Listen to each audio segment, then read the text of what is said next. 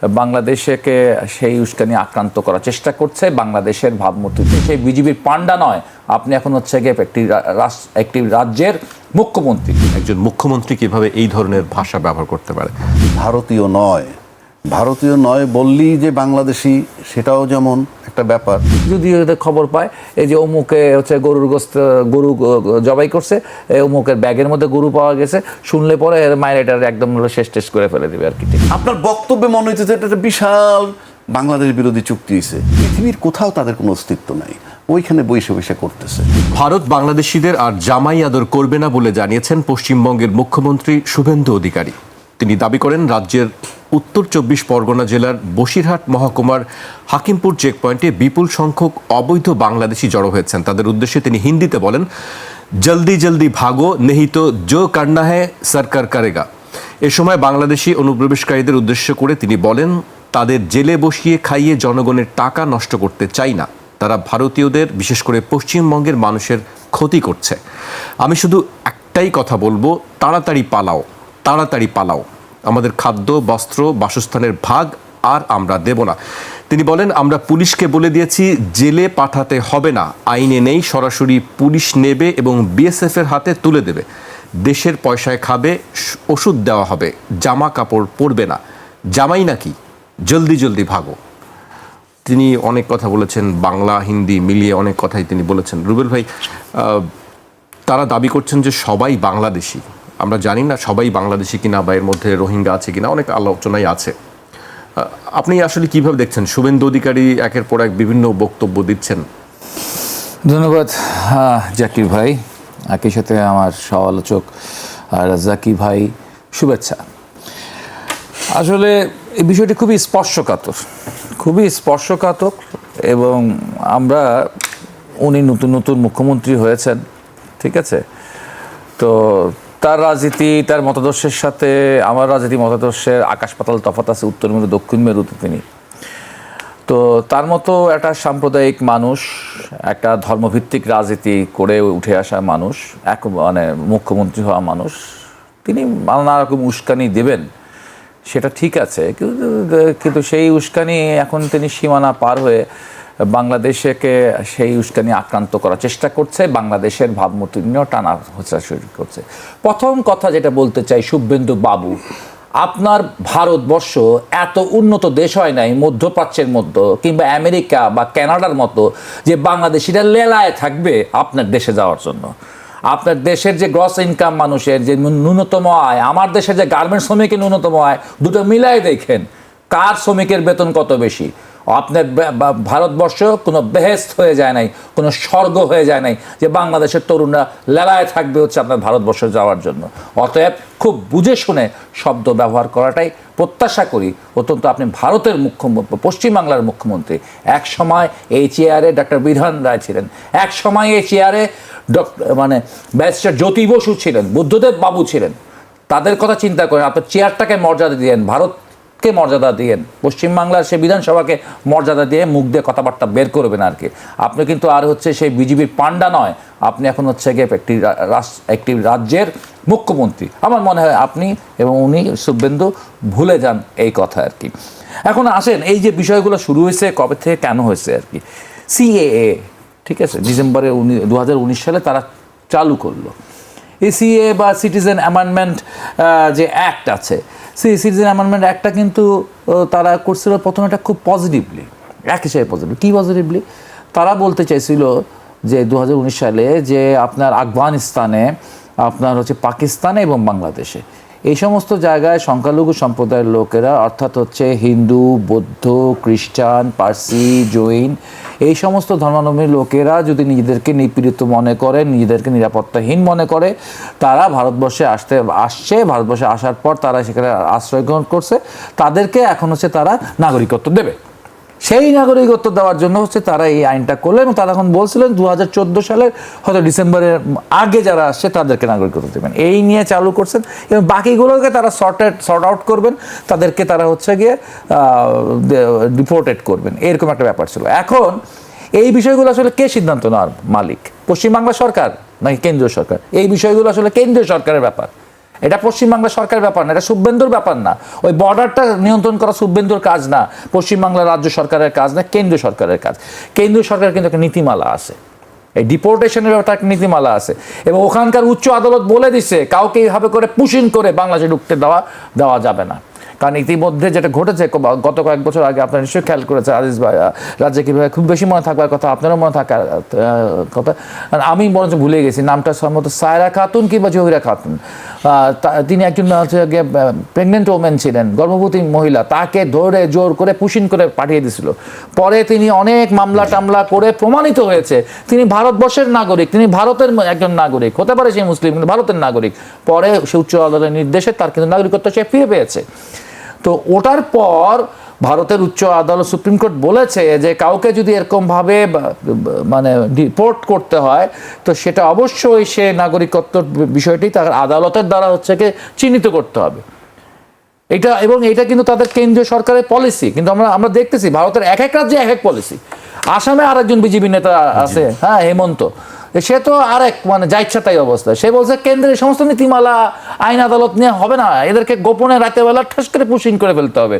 হ্যাঁ, যা ইচ্ছা তাই, মানে সে যা ইচ্ছা তাই। সেই হেমন্ত সরকার একরকম সিস্টেম করছে, আবার ইনি আবার আর একরকম সিস্টেম। যদিও এখন যে হোল্ডিং সেন্টারটা তৈরি হচ্ছে ভারতের বিভিন্ন জায়গায়, পশ্চিমবাংলার বিভিন্ন, এটা হচ্ছে কেন্দ্রীয় সরকারের নির্দেশই আছে যে তারা জেলখানা রাখবে না, তারা হচ্ছে যে কোনো দেশের অনুপ্রবেশকারী যাকে পড়বে, বাংলাদেশে পাক আর যেই দেশেরই পাক, সোমালিয়ারে পাক, সেটাকে সেই হোল্ডিং সেন্টারে রাখবে। রাখার পর সেখানে হোল্ডিং সেন্টারে 1 মাসের বেশি সময় রাখতে পারবে না। 1 মাস পার হয়ে গেলে তাকে একটা দফা করতে হবে, হয় জেলখানায় পাঠিয়ে দিতে হবে, নয় হচ্ছে ডিপোর্টেড করতে পারে। কিন্তু উনি একখান 3D আবিষ্কার করছেন শুভেন্দু। একটা হলো ডিটেক্ট করলো, আপনি অনুপ্রবেশ করি, তারপর হলো ডিলেট, মানে আপনার যদি কাগজপত্র কিছু থাকে সব ডিলিট করে দিব, তারপর ডিপোর্ট। মানে এই যে 3D খেলা উনি চালু করছেন, এই 3D খেলাটাও হচ্ছে গিয়ে ভারতের আইন কানুন, ভারতের হচ্ছে কেন্দ্রীয় সরকার, উচ্চ আদালত কোনো কিছুকেই হচ্ছে গিয়ে পরোয়া করে না আর কি। তো এইরকম পলিটিক্যাল স্ট্যান্ডবাজি করে আর কি উনি হয়তো সস্তা জনপ্রিয়তা অর্জন করার দিকে অগ্রসর হচ্ছেন। রুবেল ভাইয়ের কাছে আসবো। রুবেল ভাই যথার্থই বলছিলেন যে পলিটিক্যাল স্ট্যান্ডবাজি, রাজ্জাকি ভাই নিশ্চয়ই শুনেছেন তার যে ভাষার ব্যবহার, মার্জিত না অমার্জিত, সেই বিষয়টি নিয়ে আসলে আলোচনার দাবি রাখে। একজন মুখ্যমন্ত্রী কিভাবে এই ধরনের ভাষা ব্যবহার করতে পারে, রাজ্জাকি ভাই আপনি কিভাবে দেখছেন? তিনি এই ধরনের কথাবার্তা বলার আসলে কি জনপ্রিয়তা, সস্তা জনপ্রিয়তা? ডাক্তার রুবেল যা বলছে এরপরে তো আমার আর বলার কিছু নাই, মানে সবটাই কাভার করছে সে। না, আমি কতগুলো কথা বলতে চাই যে আপনার অবশ্যই একজন মুখ্যমন্ত্রী উনি যদি ভাবেন যে অবৈধ বাংলাদেশি আছে, অবৈধ বাংলাদেশি থাকলে আপনি তাকে পাঠিয়ে দিবেন, এই যে অবৈধ বাংলাদেশি কিংবা ভারতীয় নয় বললেই যে বাংলাদেশি, সেটাও যেমন একটা ব্যাপার। আবার বাংলাদেশি, এই দুইটা ব্যাপার অ্যাসার্টেন করবে কি? অ্যাসার্টেন তো আপনি মুখে মুখে বললে হবে না।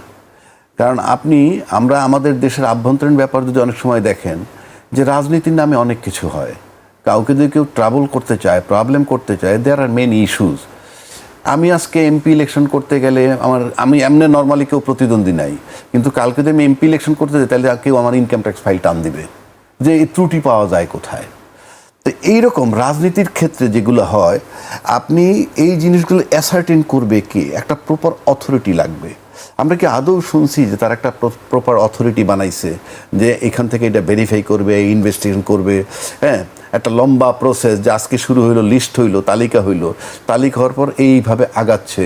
তাদেরকেও ডিফেন্সের সুযোগ দিতে হবে, যাদের বিরুদ্ধে অভিযোগ সেগুলো ক্লিন একটা থাকতে হবে। কেন এই যে সিএ এর কথা বললো, এটা হলো সিটিজেনশিপ অ্যামেন্ডমেন্ট অ্যাক্ট একটা করেছে। যখন এটা করছে তখন কিন্তু তারা দিব্যি আরামে ভারতের দায়িত্বশীল ব্যক্তিরা বলছেন এটায় বাংলাদেশে কোনো ইম্প্যাক্ট হবে না, 1 নম্বর। 2 নম্বর আরেকটা কথা বলছে তখন, এতে এক মুসলমান ছাড়া, মানে প্রথম হইল মুসলমান ছাড়া অন্যরা বৈধতা পেয়ে যাবে, যেভাবেই হোক পেয়ে দেবে, মানে থাকার বৈধতা পেয়ে যাবে।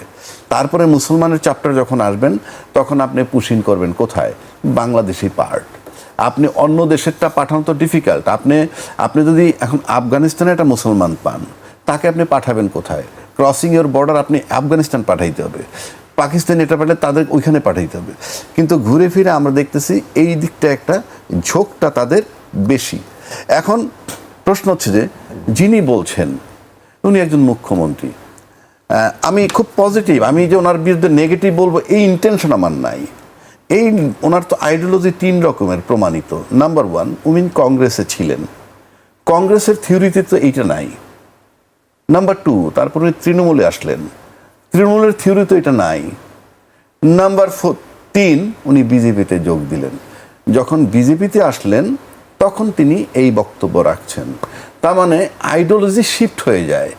আপনি যখন যে পাত্রে যাচ্ছেন সেইটা রূপ ধারণ করছেন। তিনি আগে কোনো কথা বলেননি এই বিষয় নিয়ে? ওইটা সেটাই বললাম, উনি কংগ্রেসে ছিলেন, উনি তৃণমূলে ছিলেন, উনি বিজেপিতে আসছেন। আমাদের বাংলাদেশেও বহু রাজনীতিবিদ এই পদের। কাজেই এই রাজনীতিবিদ আমি খুব একটা পার্থক্য পাই না, অন্তত ইন্দো পাক সাবকন্টিনেন্টে। এই যে আপনি ধরেন রাজনীতিতে শেষ কথা বলতে কিছু নাই, তারপরে রাজনীতিতে কোনো প্রেম নাই। তো আপনি তো বলেন যে রাজনীতিতে শেষ কথা আছে। থাকা উচিত আমি বলছি, নাই বলে কিন্তু এই দুরবস্থা। আপনি মিথ্যার উপরে টাইম কিল করা যায়, স্ট্যান্ড করা যায় না। ডিপ্লোমেসির থিওরিতে সবাই মিথ্যা বলে, উভয় পক্ষ, আমরা শুনে আসছি। এটারে কাব্যিক ভাষায় বলে কূটনীতি বা কৌশল। কূটনীতি এটা যদি আপনি ভাগ করেন দুইটা শব্দ, কূট অর্থ কি ভালো, নীতি তার মানে নীতিটা খারাপ নীতি। এই খারাপ নীতি দিয়ে দাঁড়াইতে হয়, কারণ সত্য বললে নাকি establish. But from the beginning যদি আপনি সত্য বইলে আসতেন তাইলে তো কোনো প্রবলেম হইতো না। শুরু যদি মিথ্যা দিয়ে করেন তাইলে তো এটা হবেই। সে কারণে আমি বলতেছি যে এটা আইডেন্টিফাই করবে 1 নম্বর। 2 নম্বর, এটা আইডেন্টিফাই করার জন্য একটা সেল গঠন করা উচিত। এটা বিশেষ করে আদালত খুব জরুরি, কারণ আপনি বললেন পাঠাই দিবেন, এটা তো হয় না। এটা কি আপনি আমাকে খুব ছোট মনে করতেছেন, তুচ্ছ তাচ্ছিল্য করে তারপরে বলতেছেন। অনেক দেশের ব্যাপারে তো আপনি এগুলো বলতে পারবেন না, কথার কথা বলছি। এইবার আসেন স্ট্যান্ডের ব্যাপারে, যেটা ভাই বলল, এটা কি political stand? To some extent হতেও পারে। এবং এই পলিটিক্যাল স্ট্যান্ড এস্টাবলিশ করতে গিয়ে দৃশ্যমানও যদি করতে হয়, তাতে আমরা দেখছি আমরা দেশের আভ্যন্তরীণ জঙ্গি দমন আমরা করছি না। আমরা জঙ্গি দমনে কি করছি? 2 দিন ধরে র্যাব অপারেশন চালায়, তারপর শুনলাম মারা গেছে একটা বৃদ্ধ লোক, একটা মহিলা, একটা শিশু বাচ্চা, এরা নাকি জঙ্গি। এরকম বহু তথ্য আমার দেশে আছে। রাজনীতি পুরো নির্মম খেলা। তো কাজেই প্রতিবেশী দেশ, আজকে শুভেন্দু সাহেব যদি ভাবেন যে রাজনীতির খেলা খেলে তার দলকে ওখানে এস্টাবলিশ করতে হবে, তাতে অনেকেই ভিকটিম হতে পারেন, বলির পাঠাও হতে পারেন, এতে কিচ্ছু আসে যায় না। যেমন আমার দেশে এই যে আমি বলি এই 71 নিয়ে যে একটা কথা চলতেছে, 24 নাকি হয়েছে 71কে ঢাকার জন্য, একটা বার সুস্থ মস্তিষ্কে কেউ বলে না যে 71-এর ধারাবাহিকতায় 24 হয়েছে। 71-এ ভূখণ্ড পাইছি, সেই ভূখণ্ডটাকে সবাইরে বঞ্চিত করে অকুপাই করে রাখছে একটা গোষ্ঠী, একটা পরিবারের লোকজন। এবং সেটা অকুপাই করে রাখার ক্ষেত্রে এমন জায়গায় তারা গেছে যে মনে হইতেছিল তাদের কাজই একটা, যে পুরা দেশ ওই পরিবারের শত্রু, এবং সেজন্য কোনো দয়া মায়া কিচ্ছু ছিল না। এবং এই জন্য আয়নাগর বলেন, হত্যা, যা কৃতে ক্রস ফায়ার সবই কিন্তু করা হয়েছে। এটা হলো রাজনৈতিক স্ট্যান্ড। এইবার আসেন 71 নিয়ে যে আমরা রাজনীতি 71 কবর দিয়ে দিব। আপনি 100 ভাগ বাংলাদেশ বিরোধী একটা লোকেরও যদি বলেন তুমি বাংলাদেশের ইতিহাস লেখো, সে কি 71 বাদ দিতে পারবে? 71-এর ধারাবাহিক আসে 24 যখন আসবে তখন কি বলবে যে 71 ঘটে নাই 24? 71 না হলে 24 আসে কোত্থেকে? এই যে আমাদের স্ট্যান্ড হয়ে যায়। এখন যেমন এরা এই যে জুলাই যোদ্ধারা কিন্তু সন্ত্রাসী হিসেবে চিহ্নিত করা একটা পায় তারা চলছে। একইভাবে আসেন জামাত বিরোধী, সবাই জামাতের সাথে সুন্দর মেলামেশা করে চলতেছে, আন্দোলনের সময় তারে লাগে, মন্ত্রীও তাদেরকে বানাইছে। আপনি আজকে জামাতের তীব্র বিরোধিতা করেন, আপনি বিরোধিতা করেন। এই যে রাজনৈতিক স্ট্যান্ড, আপনি বিচার করতে পারতেছেন না এটা পিওর প্রহসন নাকি রাজনৈতিক একটা বক্তব্য। আমি বিচার করতে পারবো না কেন? এই যে এত হত্যা করছে, এত নারীর সম্ভ্রমহানি করছে, সেই বিচার এটা তামাদি হয় না। আপনি বঙ্গবন্ধু হত্যা ইন্ডেমনিটি করা হয়েছিল, তামাদি হয়েছে? হয় নাই। আপনি বিচার করেন। কারণ স্ট্যান্ডবাজি যদি করেন, এবং স্ট্যান্ডবাজির জন্য যদি কাউকে বলির পাঠা করতে হইতে পারে, কারণ সামনে লোকসভা নির্বাচন, এই স্ট্যান্ডটা তো ধরে রাখতেই হবে। সুতরাং বোঝা মুশকিল। তার পাশাপাশি যদি কিছু লোক ভিকটিম হয় কিচ্ছু আসে যায় না। এবং ভিকটিম যারা হয় তারা কিন্তু এমন নিম্ন শ্রেণীর লোক, অ্যাজ ইফ এরা বোধহয় দেশটাকে ধ্বংস করে ফেলতেছে। আপনি বর্ডার থেকে যারা আসবে, আপনি কল্পনা করেন চক্ষু বন্ধ করে যে ভারত থেকে যদি কোনো পুশিন না হয়, আচ্ছা 10,000, 20,000, 50,000, আমি তর্কের খাতিরে বললাম, 1 লাখ, 2 লাখ, 5 লাখ, আমি তর্কের খাতিরে বললাম, এই 5 লাখ লোক ভারত থাকলে কি হবে? এরা কোন প্রোফাইলের, এরা কি করতে পারে? তো আপনি তো স্রেফ রাজনীতি, এই রাজনীতিতে এই যে লোকগুলাকে ভিকটিম বানাবেন, ভাই যে যে ধর্ম তাদের একটি আশঙ্কা, আপনি একটু যোগ করি, তাদের যেসব কমেন্ট আমরা দেখি সোশ্যাল মিডিয়াতে বা আমাদের যেসব প্রোগ্রামের টক শোতে তারা কমেন্ট করেন, তাদের আশঙ্কা যে পশ্চিমবঙ্গ বাংলাদেশের একটা অংশ হয়ে যাবে, বাংলাদেশ পশ্চিমবঙ্গকে দখল করে নেবে, তারা এরকম একটা শঙ্কা প্রকাশ করেন। এগুলো হলো অ্যাবনর্মাল। আপনি এটা ভাবতে পারেন, এইডস বলেন একটা কথা, এইডস, ওই যে এইডস কিন্তু কোনো অসুখ না, এইডস কিন্তু অসুখ না। এই ডাক্তার ভালো জানবে, এইডস হলো রোগ প্রতিরোধ ক্ষমতা হারানো। যে লোকটাকে এইডসের রোগী বলা হয়, তার যদি গায়ে জ্বর আসে, এই জ্বরে সে মারা যাবে। আমি কি ভুল বলছি? ঠিক আছে। অর্থাৎ রোগ প্রতিরোধ ক্ষমতা থাকে না। আর আমার এইডসের অর্থ হইল abnormal intelligence causing decadence of the society. এই যে অসুস্থ চিন্তা ভাবনা, এগুলো সমাজের অবক্ষয় তৈরি করে। বাংলাদেশ পশ্চিমবঙ্গ দখল করবে, আপনি চিন্তাটা করেন কেন? আপনি দেখবেন এই শোয়ের পরেই দেখবেন যে এই আপনার এই কমেন্ট নিয়ে কত। আচ্ছা, আর এই কমেন্টটা আমি আপনাকে মাইনাস করতে বলি এই কারণে, আমি আমার দেশের লোকের কমেন্টও দেখি, বাইরের যদি পশ্চিমবঙ্গের, এটা জাস্ট এত লো প্রোফাইলের লোক চায়ের দোকানে বসে কমেন্ট করে। এই বাংলায় লেখেন, ইংরেজিতে লেখেন, যেভাবেই লেখেন আপনি দেখবেন। আর যদি কোনো এডুকেটেড লোক করে, সে দেখবেন সেই কমেন্ট আপনার কাছে গ্রহণযোগ্য। সেখানে আপনার ভুল থাকলে ভুলটা পাবেন, আপনার ভালোটা থাকলে খারাপটা থাকলেও পাবেন। আর যারা করে 99% হইল এটা আউট অফ লিস্ট, পৃথিবীর কোথাও তাদের কোনো অস্তিত্ব নাই, ওইখানে বসে বসে করতেছে। সো এইটা এখন সেই জন্য আমি বলছি যে আমি বলবো শুভেন্দু অধিকারীর প্রতি আমার অনুরোধ থাকবে, চক্ষু বন্ধ করে একবার ভাবেন না, 2 লাখ লোকই আছে ফর এক্সাম্পল, কি হবে কি তাতে? তারা ওই যে বাংলা দখল করে নিবে আর কি, এগুলো ভোটার তালিকা থেকে বাদ দেন, লেট দেম স্টে দেয়ার। আমরা দুইটা দেশ পাশাপাশি থাকি না, সুন্দরভাবে থাকি, এটা আমার নিবেদন। জি, আপনার নিবেদন নিশ্চয়ই পশ্চিমবঙ্গের দর্শকরা বা তারা দেখছেন। আমি রুবেল ভাইয়ের কাছে আবারও আসবো। রুবেল ভাই, একটি বিষয়ে আলোচনার মধ্যে আসছিলেন, রাজ্জাকি বলছেন যে লোকসভার নির্বাচনের আগে এ ধরনের আরও অনেক ঘটনা ঘটার সম্ভাবনা বা আশঙ্কা রয়েছে। আপনার কাছে কি মনে হয় যে লোকসভা নির্বাচনের আগে কি আরও এই ধরনের যে বললেন ডিলিট, ডিপোর্ট, এই অ্যাকশন কি আরও বাড়বে নাকি? নিশ্চয়ই। সেটা হচ্ছে যে নরেন্দ্র মোদীর সামনে তো অগ্নি পরীক্ষা আর কিছুদিন পরেই, বছরখানেকের মধ্যেই হচ্ছে গিয়ে আপনার লোকসভা নির্বাচন, সেটা তাদের আসল নির্বাচন। তো সেই নির্বাচনের সময়কালে আমরা এটা ভারতের যদি দেখি, একেবারে সে যখন বাজপেয়ী ক্ষমতায় এসেছিল, এরপরে যখন হচ্ছে বর্তমানে নরেন্দ্র মোদী ক্ষমতায়, বিজেপি, আরএসএস এরা যখন রাষ্ট্র ক্ষমতায় থাকেন, তখন তাদের যে সার্বিকভাবে ব্যর্থতা, তাদের বেকারি সমস্যা সমাধান করতে পারে না, তারা হচ্ছে মানে দুর্নীতি ঠিকমতো বন্ধ করতে পারে না, তারা দেশের ধর্ষণ হয়, অনেক অরাজকতা থাকে, পানির সমস্যা থাকে, বিদ্যুতের সমস্যা থাকে। এই যেমন আমার দেশে যেমন নদী নিয়ে সমস্যা আছে না, ভারতের সাথে, ভারতের প্রদেশের সাথে প্রদেশের, রাজ্যের সাথে রাজ্যের এই পানি বন্টন নিয়ে সমস্যা থাকে, অনেক ধরনের ব্যাপার আছে, সাম্প্রদায়িক সংঘাত আছে, অনেক ব্যাপার স্যাপার আছে। এই সমস্ত ব্যাপার স্যাপারগুলোর থেকে মানুষের দৃষ্টিকে, সরকার বা রাষ্ট্রের যে ব্যর্থতা, সেই ব্যর্থতার জায়গা থেকে মানুষের দৃষ্টিটাকে তারা ডিস্ট্র্যাকশন করে ফেলতে চায়, তারা ঘুরিয়ে ফেলতে চায়, এবং এটা ঘুরিয়ে ফেলে আর কি। ইভেন কি যখন সোশ্যাল মিডিয়া ছিল না, তখনও দেখবেন যে ঘুরিয়ে ফেলছে, হঠাৎ হচ্ছে আমরা অমুক একটা মিসাইল আবিষ্কার করছি, বা আমরা একটা বোমা আবিষ্কার করছি, বা একটু পাকিস্তান সীমান্তে বা একটু চীনা সীমান্তে, চায়নার সাথে একটা যুদ্ধ শুরু হয়েছে, যুদ্ধ হলো, এখানে আমরা জিতছি একটা ভাব তৈরি হয়। এতে মানুষের মধ্যে এক ধরনের উগ্র জাতীয়তাবাদী অবস্থান তৈরি হয়। আর যখন উগ্র জাতীয়তাবাদী অবস্থান তৈরি হয়, তখন সেই উগ্র জাতীয়তাবাদের সমস্ত ফসলটা হচ্ছে কি বিজেপির গোলাতে গিয়ে জমা হয়, আরএসএসের গোলাতে জমা হয়, এবং তারা নির্বাচনে বৈতরণী ঠাস ঠাস করে পার হয়ে যায়। মানে অনেক ব্যর্থতার পরে একেবারে যেখানে উচিতই না হচ্ছে, তারা যারা বুঝতেছে যে এরা দুর্নীতিবাজ, তারা বুঝতেছে এরা মানুষকে হত্যা করতেছে, তারা বুঝতেছে এরা হচ্ছে গিয়ে মানে সে আম্বানির কথা বলেন, ইয়ার কথা বলেন, যে এরা হচ্ছে গিয়ে হাজার হাজার কোটি টাকার ব্যাপার স্যাপার এখানে ঘটে যাচ্ছে।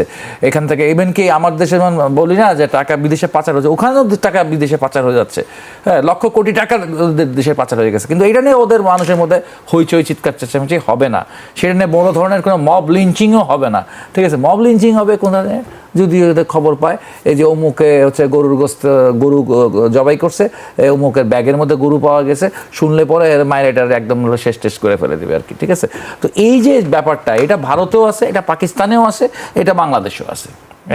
এই অভ্যাসটা কিন্তু পুরো বলা যায় দক্ষিণ এশীয় এই উপমহাদেশের এক ধরনের রাজনীতির একটা ব্যাধি, এটা রাজনীতির একটা ব্যাধি আছে, এবং তারা এক ধরনের কনস্পিরেসি থিওরি তৈরি করে আর কি। পাকিস্তান এরকম কনস্পিরেসি থিওরি তৈরি করে ভারত সম্পর্কে, বাংলাদেশেও আমরা দেখেছি এক এক সময় কনস্পিরেসি করে। আমরা তো আসিফ নজরুলের সেই কত 40 লক্ষ ভারতীয় বাংলাদেশে চাকরি করে বলে বক্তব্য দিয়েছেন আর কি, উস্কানি দিয়েছিলেন আর কি। তো সেটা এখন কাউন্টার অ্যাক্ট শুভেন্দুরা করতেছে আর কি। আসিফ নজরুলের মানে ওয়েস্ট বেঙ্গল ভার্সন শুভেন্দু বলতেছে যে এখানে 1 কোটি বাংলাদেশি আছে আর কি পশ্চিমবাংলা। হ্যাঁ, 1 কোটি বাংলাদেশি আবার আছে, কিন্তু কিছু বাংলাদেশি আছে যে আমরা যে দেখেছি আমাদের এলাকার যে স্থানীয় আওয়ামী লীগ নেতা ছিল, যিনি একটু বেশি সন্ত্রাসী ছিলেন, একটু বেশি করাপ্টেড, যারা মন্ত্রী, এমপি, কাউন্সিলর, চেয়ারম্যান, এরা কোথায়? তাদের ছবি দেখা যায় মাঝে মাঝে। এরা তো পশ্চিমবাংলায় আছে, হ্যাঁ আছে। ওদেরকে ডিপোর্ট করবেন আপনি শুভেন্দু? ওদেরকে কিন্তু আপনি ডিপোর্ট করবেন না, ঠিক আছে। আপনি ডিপোর্ট করবেন কি একদম ভুকা নাঙ্গা কিছু মানুষ আছে, হ্যাঁ, যারা হচ্ছে দেখা গেল গরু চড়া যাতে ওই পারে চলে গেছিল আর কি, হাঁটতে হাঁটতে চলে গেছে, বাসায় রাগ করে হাঁটতে হাঁটতে শেষি বলে পারে চলে গেছে ওই পারে। ওই ধরনের অসহায় মানুষদেরকে ধরে বাইন্দে আপনি ডিপোর্ট করবেন, কিন্তু ওখানে ডিপোর্ট করার আরও অনেক লোক আছে, রাঘব বোয়াল আছে, তাদেরকে ডিপোর্ট করবেন, তাদেরকে ঠিকই আপনারা জামাই আদর করবেন। তাদেরকে আপনি জামাই আদর করেন না, তাদেরকে তো জামাই আদর করছেন, হ্যাঁ, বড় বড় নেতা নেত্রীকে তো জামাই আদর করছেন, ওটা করবেনই আপনারা জামাই আদর, হ্যাঁ। তো যাই হোক, আর পারবেন কার সাথে? পারবেন হচ্ছে শ্রমিক শ্রেণী, অসহায় ভুকানাঙ্গা মানুষ, এদের সাথে আপনারা খুব হচ্ছে মানে বীরত্ব দেখাইতে পারবেন। আর এইগুলা তারা দেখায়, এটা আরও চরমভাবে দেখায় যে কোনো নির্বাচনের বছরে তারা হচ্ছে এটাকে সেল করার চেষ্টা করে, এবং এটা নিয়ে তারা হচ্ছে কি সিনেমা টিনেমা বানায়। মানে এইটার যে সম্মতি উৎপাদন করার তাদের যন্ত্র হিসেবে তারা ভারতের চলচ্চিত্র একসময় কিন্তু খুব প্রচণ্ড সেকুলার একটা জায়গা ছিল, খুব প্রোগ্রেসিভ একটা জায়গা ছিল, এবং অনেক শিক্ষার ব্যাপার সেবার সারা পৃথিবীর মধ্যে একটা চ্যালেঞ্জিং জায়গা ছিল, সত্যজিৎ রায়ের দেশ এই ভারতবর্ষ। কিন্তু সেখানে এখন এমন অনেক সিনেমা তৈরি করা হচ্ছে, যে সিনেমাগুলোতে আপনি দেখবেন যে নেপালিদের নিয়ে, বাংলাদেশি মানুষকে নিয়ে, একসময় তাদের ভিলেন ছিল শুধুমাত্র পাকিস্তান, ঠিক আছে। এবং তাদের এই যে প্রবণতার কথা বলতেছেন, লোকসভা নির্বাচনের আগে তার খালি অ্যান্টি পাকিস্তান কথাবার্তা বলতো, ঠিক আছে। এখন তারা হচ্ছে গিয়ে আবার এই নর্দার্ন রিজন বা ইস্টার্ন রিজনে তারা শুরু করছে হচ্ছে বাংলাদেশকে কেন্দ্র করে, তারা নেপালকেও কেন্দ্র করে, হ্যাঁ। নেপাল তাদের অর্থনীতির জাল টাকা দিয়ে শেষ করে ফেলতেছে, ঠিক আছে। পাকিস্তান তো তারা এই করছে, সেই জঙ্গি উৎপাদন করতেছে। আর বাংলাদেশ হচ্ছে গিয়ে এতদিন অভিযোগ ছিল বাংলাদেশ এখানে এসে ফুড ফার্মার্সের কাম করে। কিন্তু মাপতে হবে, এই যে আপনি একটা হিসাব করে দেখেন তো, পশ্চিমবাংলার মানুষ যে যতদিন ধরে এখানে ট্যুরিস্ট ভিসা বন্ধ, এখানে ব্যবসা বাণিজ্য বন্ধ বাংলাদেশের সাথে পশ্চিমবাংলার বা ভারতবর্ষের, তাতে ভারতবর্ষের লস কত? আপনি যদি কলকাতায় যান, আপনি যদি নিউ মার্কেট এলাকাগুলোতে যান, আপনি যেখানে হোটেল এলাকাগুলো যান, ওখানে আবাসিক হোটেল থেকে শুরু করে, খাবার হোটেল থেকে শুরু করে, ছোট ফলের দোকান থেকে শুরু করে, প্রত্যেকটা জায়গায় নিউ মার্কেটের থেকে শুরু করে বিভিন্ন মার্কেট যদি যান, যে তাদের কী পরিমাণ অর্থনৈতিক ধস হয়ে গেছে আমাদের 24-এর 5ই আগস্টের পর। তো লস তো আপনাদের, যে বাংলাদেশের মানুষ, বাংলাদেশের বাঙালিরা যদি আপনার দেশে না যায়, বাংলাদেশিরা যদি আপনার দেশে না যায়, চিকিৎসা না করায়, বেড়াতে যদি না যায়, তাজমহল যদি দেখতে না যায়, কাশ্মীর যদি না যায়, কলকাতা যদি বেড়াতে না যায়, তাহলে আপনার কি পরিমাণ আপনার সে রেভিনিউ মিস হয়, ট্যুরিস্ট মিস হয়। এত বেশি মার্কেট, ট্যুরিস্ট মার্কেটে আপনার ইউরোপ থেকে কটা লোক আসে? কটা লোক আসে অন্য দেশ থেকে, আপনার কটা লোক আসে? আর বাংলাদেশ থেকে কি পরিমাণ লোক ভারতবর্ষে যায়? সবচেয়ে বড় ইনকাম আপনার কোথা থেকে আসে? এই বাংলাদেশিদের দিয়ে আপনার সবচেয়ে বড় ইনকামটা আসে আপনার দেশে। এবং পশ্চিমবাংলার একটা বিরাট অর্থনীতি, কলকাতার একটা বিরাট অর্থনীতি নির্ভর করে বাংলাদেশের সাথে, এবং সেটা রীতিমতো ধস নেমে গেছে আপনার, সেটা ধস নেমে গেছে বাংলাদেশের এই ট্যুরিস্ট ভিসা বন্ধ হওয়ার পর। আপনি এখন এটা নিয়ে রাজনীতি করবেন, করতে থাকেন, কোনো সমস্যা নাই, ঠিক আছে। তবে আমার মনে হয় যে হচ্ছে একদিন না একদিন মানুষ হচ্ছে আপনার যে এখন যাকে তাকে আপনারা ট্যাগিং দেন, তাদের একটা ট্যাগিং স্টাইল আছে, সেটা হলো এন্টি ন্যাশনাল ট্যাগিং দিয়ে তারা কিন্তু অনেক বুদ্ধিজীবীকে হত্যা করছে। এন্টি ন্যাশনাল ট্যাগিং দিয়ে তারা অনেক সাংবাদিককে জেলখানায় পুরে রাখছেন। ঠিক আছে, আমরা রাবিশ কুমারের কথা জানি, তাকে কি পরিমাণ নিপীড়ন করছে হচ্ছে এই এন্টি ন্যাশনাল ট্যাগিং দিয়ে আর কি। তো এই এন্টি ন্যাশনাল ট্যাগিং দিতেই পারেন আপনি, দিয়ে টিয়ে হয়তো আগামী নির্বাচনে বৈতরণী পার করার চেষ্টা করবে তারা। দেশের দিকেই দৃষ্টি দিতে চাই অনেকক্ষণ। কিচেন ক্যাবিনেট এই বিষয়টি বারবার আলোচনায় আসছে সম্প্রতি, আবারও আমরা দেখলাম যে, আমি আলোচনায় যাবার আগে সেই কিছু বক্তব্য উল্লেখ করতে চাই কিচেন ক্যাবিনেট সম্পর্কে। সম্প্রতি সাবেক অন্তর্বর্তী সরকারের পররাষ্ট্র উপদেষ্টা তৌহিদ হোসেনের সাক্ষাৎকারের পর বিষয়টি নতুন করে আলোচনায় এসেছে। তিনি বলেন, অন্তর্বর্তী সরকার পরিচালনায় 7 সদস্যের একটি কিচেন ক্যাবিনেট সক্রিয় ছিল, গুরুত্বপূর্ণ সিদ্ধান্তগুলো সেখান থেকেই আসতো। তারা প্রতি মঙ্গলবার যমুনায় বৈঠকে বসতেন। এদের হস্তক্ষেপ ও মন্ত্রণালয়ের কাজে প্রভাব বিস্তারের কারণে তিনি 3 বার পদত্যাগের সিদ্ধান্ত নিয়েছিলেন। সাবেক অন্তর্বর্তী সরকারের একেবারে শেষ সময়ে যুক্তরাষ্ট্রের সঙ্গে সই করা বাণিজ্য চুক্তির বিষয়ে এনসিপির মতামত নেওয়া হয়নি বলে উল্লেখ করেছেন আসিফ মাহমুদ। সংবাদ সম্মেলনে তিনি বলেছেন, আমরা মনে করি এই চুক্তিটা বিএনপি করেছে, কিন্তু সংসদ নির্বাচনের 3 দিন আগে তাদেরই বর্তমান পররাষ্ট্রমন্ত্রীকে দিয়ে তারা এটা অন্তর্বর্তী সরকারের ঘাড়ে চাপিয়ে দিয়েছে। এখন একটা পলিটিক্যাল ব্লেম গেম চলছে। রাজ্জাকি ভাই, চুক্তি নিয়ে অনেক কথা হয়েছে, যুক্তরাষ্ট্রের চুক্তি নিয়ে আসলে চুক্তি নিয়ে কথা চলছে, কে জানে না এই বিষয় নিয়ে। আচ্ছা, আমি একটা ইন্টারেস্টিং কথা বলি আপনাকে। ধরেন আপনি 21 টিভিতে চাকরি করেন, জি ভাই একটা ক্লিনিকে চাকরি করে, আমি ধরে নিলাম। আমি লয়ার, আইন অঙ্গনের, মানে সুপ্রিম কোর্ট বারে যাই কাজ করি। প্রধানমন্ত্রী এখানে একটা বক্তব্য দিলেন, স্বরাষ্ট্রমন্ত্রী এখানে একটা বক্তব্য দিলেন, পররাষ্ট্রমন্ত্রী এখানে একটা বক্তব্য দিলেন, তার সাথে আমরা একটা মিলেও কিন্তু একটা জিনিস পাই। এখন আমরা 3 জনে 3টা জিনিস পাই, এর কোনো একটা সত্য হবে। অর্থাৎ আর যারা ভিতরে থাইকে, আমি এই রুমে বসলাম, ওই রুমে মিটিং হইতেছে, আমি এই রুমে বসলাম, ওই রুমে মিটিং হইতে, কিচেন ক্যাবিনেট বলতে তো আমি আর ওখানে অ্যাক্সেসটা নাই, যেখানে আমি একেবারে কিছুই জানবো না, আমার কাছে গ্রহণযোগ্য না। 1, 2, আপনার বক্তব্যে মনে হইতেছে এটা একটা বিশাল বাংলাদেশ বিরোধী চুক্তি হয়েছে। If it is a fact, যদি এটা সত্য হয়ে থাকে, আপনি 3 বার অ্যাটেম্প নিচ্ছেন মানে কি? আপনি পদত্যাগ করলে আটকে রাখে কে? আমি যাব না, আপনাকে আটকে রাখে কে রে ভাই? কতগুলো কোথাও তো যৌক্তিক হইতে হবে। আমি থাকবো না, আপনি আটকে রাখবেন কেমনে? আমি এই পদে থাকবো না, আপনি আটকে রাখবেন কেমনে? কেউ তো পদ ছাড়েননি আপনাদের। যেমন ধরেন 3 জন উপদেষ্টা নিয়ে বিএনপি ক্ষমতাসীন দল, ক্ষমতাধর দল, তখন ক্ষমতাধর না, নির্বাচন হয় নাই। আপনি আসিফ মাহমুদরে পদত্যাগ করতে বলছেন, তারপরে ওর নাম কি মাহফুজ আলমরে পদত্যাগ করতে বলছেন, খলিল রহমানরে পদত্যাগ করতে বলছেন। অত বড় ক্ষমতাধর দল বাইরে আপনি কি কেউ পদত্যাগ করছেন? আপনারা জানেন রাষ্ট্রযন্ত্র সবচেয়ে ক্ষমতাধর, না হলে কিছু হবে না। ওয়েল প্রোটেকশন এটা চার্মিং, কিন্তু এই খোরা যুক্তি দিবেন না যে আমি 3 বার অ্যাটেম্প নিছি, আপনি এখন শিফট করতেছেন কেন কথাগুলো? 2 নম্বর আসেন, আপনার এনসিপি বলতেছে এই চুক্তি সম্পর্কে তারা কিছু জানে না। আমি তো চ্যালেঞ্জ করতে পারবো না। জামায়াত ইসলামী বলেছে যে তারা বলি, আমি তো তাকে চ্যালেঞ্জ করতে পারবো না যিনি জানেন কি জানেন না। তাদেরও না জানার কথা না, যারা অন্তত ক্যাবিনেটের মধ্যে ছিলেন, অ্যাক্সেস না থাকতে পারে। আবার জামাত দায় সারা করছে, জামাতও বলছে যে তারা জানে না।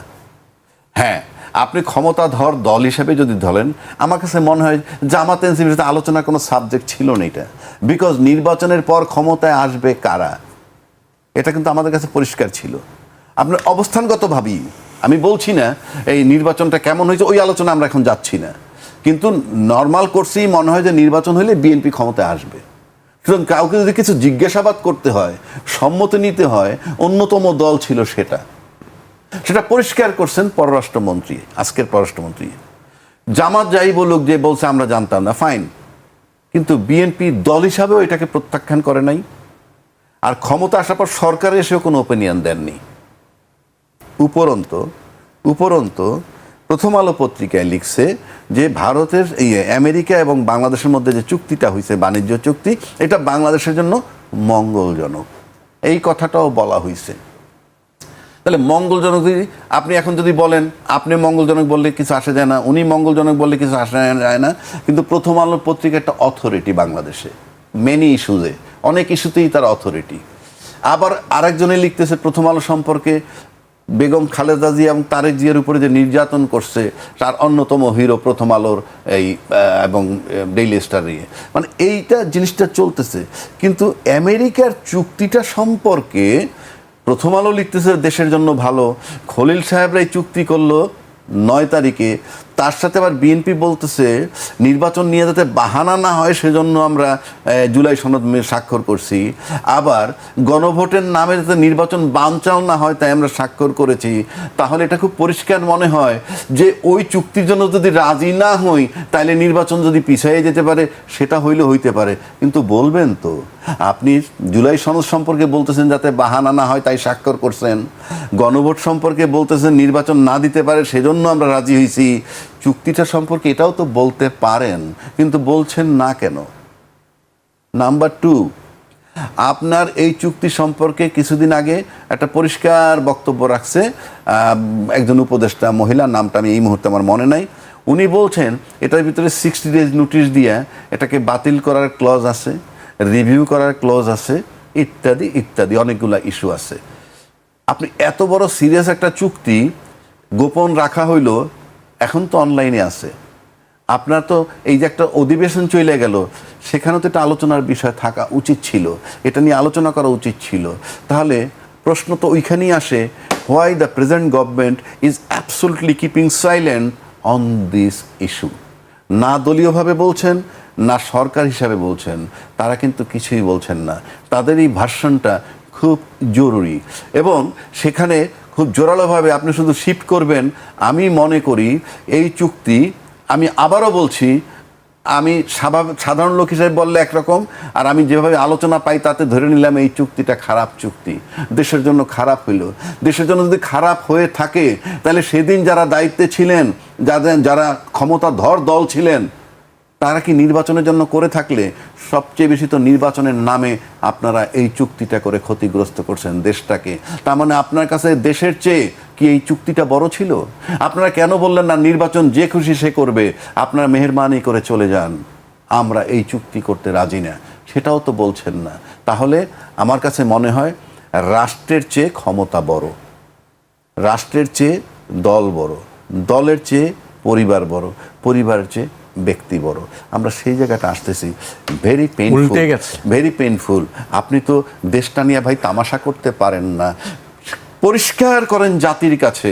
আপনি হয়তো জাতিকে অনেক কিছু বুঝাইতে পারেন, যে ওই যে বাহানা যাতে হয়, অনেক কিছু বুঝাইছেন আমাদেরকে।